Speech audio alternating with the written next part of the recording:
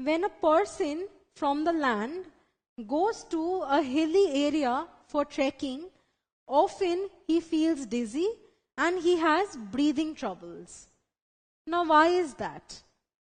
Well, this is because with increase in altitude, the air becomes thinner. So less of air molecules would mean less of oxygen molecules. So since less oxygen is getting inhaled in the body, the person collapses. Now, red blood cells that are present in our blood are the transporters of gases in our body. That is, the red blood cells transport oxygen and carbon dioxide in our body. So, is the number of red blood cells equal in a boy staying in the plains and a boy staying in the hilly areas? Well, no. People living in the hilly areas have a greater number of red blood cells in their blood. This is because with increase in altitude, the percentage of oxygen in the air decreases. So, a large number of red blood cells are required to transport greater amount of oxygen in their body. So that is why people in the hilly areas have more amount of red blood cells in their blood. Now, people in the land have less number of red blood cells in the body.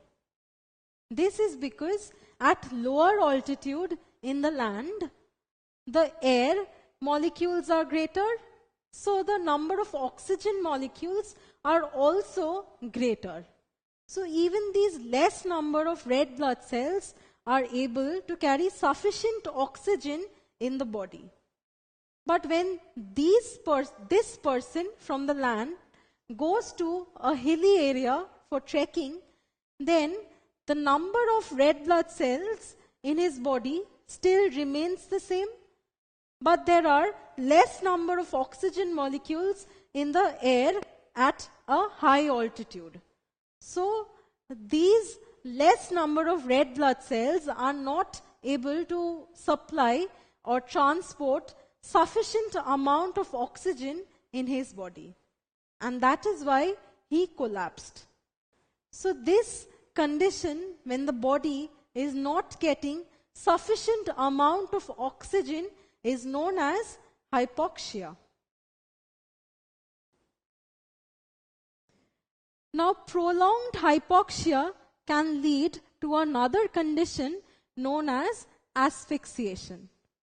So what happens during asphyxiation is that the percentage of carbon dioxide in the blood increases and the oxygen supply is reduced. Very famous singer Jimi Hendrix died of choking. So what happened was he choked with his own vomit and the vomit got stuck in his trachea, blocking his process of breathing.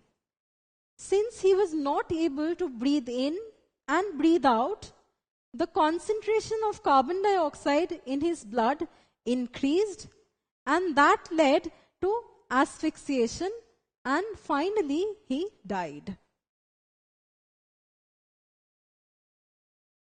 Now look at this condition. There are 3 men sitting and warming their hands in this small enclosed room. All the windows and all the doors are closed because the outside temperature is very chilly.